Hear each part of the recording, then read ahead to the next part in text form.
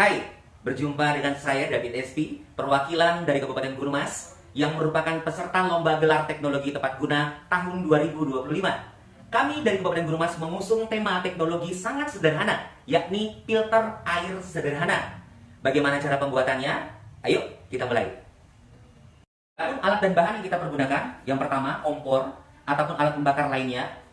Intinya semua alat yang bisa dipergunakan untuk membakar itu boleh dipergunakan. Boleh menggunakan kompor gas, kompor kayu, ataupun bahan api lainnya. Kemudian alat berikutnya ada obeng, ataupun benda-benda panjang lainnya yang memiliki alat pengaman, sehingga ketika kita bakar, tidak akan membuat tangan kita cedera atau terluka. Untuk obeng, bebas menggunakan ukuran apa saja, saya menggunakan 2 ukuran. Nah, ini nanti akan kita panaskan di api kompor yang berfungsi untuk melubangi bahan ataupun alat utama dari filter air kita. Kemudian ada alat memotong, saya menggunakan gunting. Kemudian ada pisau. Kemudian tempat keluarnya air atau keran air, saya menggunakan keran air yang setengah in. Kalau misalnya kamu di luar sana pengen menggunakan ukuran 3/4 pun boleh. Kemudian peralatan utama lainnya, rantang plastik. Nah, rantang ini saya menggunakan 5 susun. 1, 2, 3, 4, 5. 4 susunan ini merupakan tempat ditaruh atau diletakkannya bahan-bahan untuk memfilter air kita. Apa saja bahan-bahannya? Yuk. Bahan yang pertama ada arang aktif. Saya menggunakan arang kayu. Apabila di tempat Anda mudah didapatkan sekam ataupun padi, itu boleh digunakan kemudian dibakar sehingga menjadi arang. Ini merupakan bahan aktif untuk menetralkan zat asam di dalam air.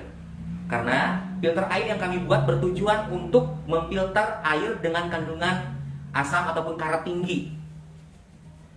Kemudian sabut kelapa, kerikil kasar yang masih kecil-kecil ukurannya, tapi bukan yang halus, yang agak kasar. Kemudian kerikil besar. Nah, terserah ini bebas ukurannya. Kerikil-kerikil yang biasa banyak terdapat di pantai ataupun di pinggir-pinggir jalan boleh. Saya lupa, kita masih mempunyai 1 buah alat. Nah, ini apa ya? Ini namanya kalau di tempat saya biasanya disebut sebagai karpet saja, tapi yang dari bahan kain. Berfungsi untuk membantu sebagai penyaring tambahan juga. Kemudian untuk menghalangi pasir ataupun kerikil-kerikil jatuh ke bagian bawah. Nah, ini kita potong sesuai dengan bulatan lingkar bagian bawah dari rantang plastik yang kita miliki. Misal seperti ini. Nah, ini kita garis, kemudian digunting sehingga menjadi seperti ini. Bulatan seperti ini, bulatan ini nantinya akan kita letakkan di bagian dalam sebagai alas seperti ini. Nah, baik, seperti apa cara pembuatannya? Sangat mudah. Pertama-tama kita panaskan obeng atau bahan pelubang lainnya. Intinya yang mudah kita pegang, yang kita gunakan untuk melubangi bagian pantat atau bagian bawah dari rantang plastik yang kita miliki. Panaskan beberapa saat.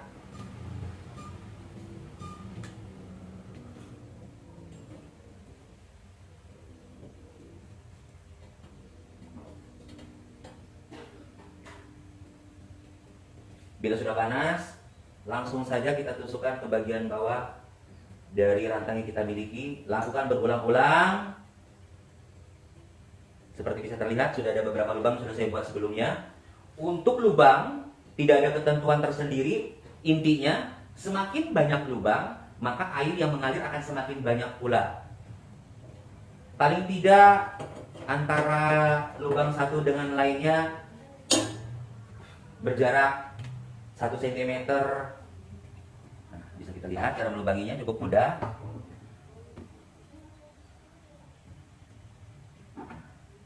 Lakukan untuk semua bagian rantang, 4 rantang teratas, kecuali di rantang yang paling bawah jangan dilubangi, karena rantang yang paling bawah itu nanti adalah merupakan rantang tempat menampung air yang sudah tersaring.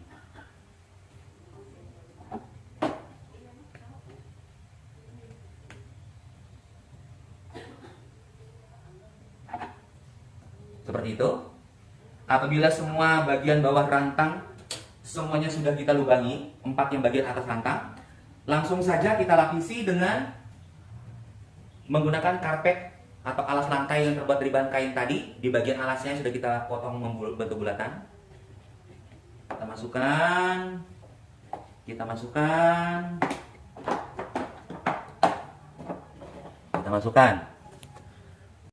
Untuk rantang plastik bagian bawah, kita lubangi di bagian samping yang fungsinya untuk tempat meletakkan keran air, tempat keluarnya air.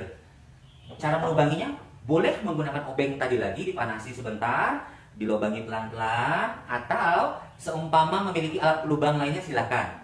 Nah, setelah kita lapisi semua 4 bagian rantang bagian atas, kita lapisi semua dengan menggunakan kain tadi yang memiliki beberapa fungsi, salah satunya untuk menahan supaya semua bahan-bahan yang dibuat ke dalamnya itu tidak mudah tumpah ke bawah. Setelah semua sudah diberi lapisan, kita langsung saja memasukkan semua bahan-bahan yang akan kita gunakan untuk memfilter air kita. Yang pertama ada kerikil sungai.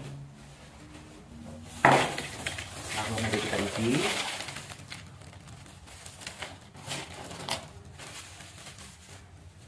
Kemudian ada pasir kasar. Kita isikan juga.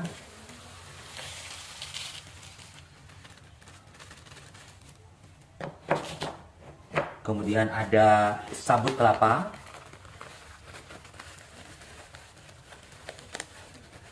Sabut kelapa yang kita pergunakan adalah sabut kelapa yang masih baru dan bukan yang sudah melapuk, tapi benar-benar yang masih baru.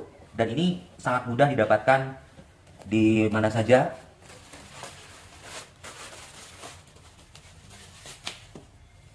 Kita isikan memenuhi bagian ini.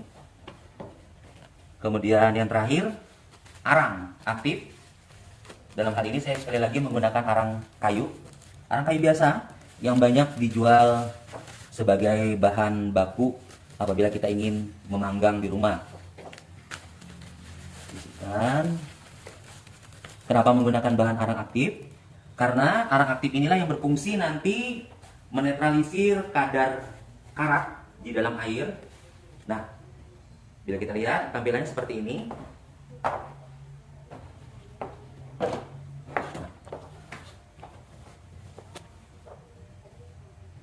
Setelah semua kita isikan, langsung saja kita susun.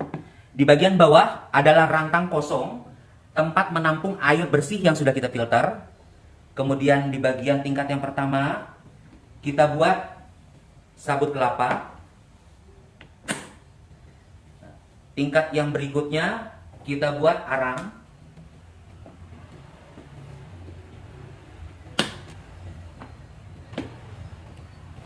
Kemudian di atas arang kita buat dan kita susun kerikil kasar. Dan di bagian atas kita buat batu kerikil sungai.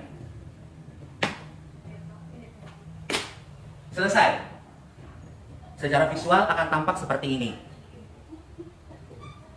Bila sudah seperti ini, rantang ini sudah siap kita pergunakan dan kita letakkan di mana saja tempat kita berada. Demikianlah proses pembuatan dari rantang filter air sederhana.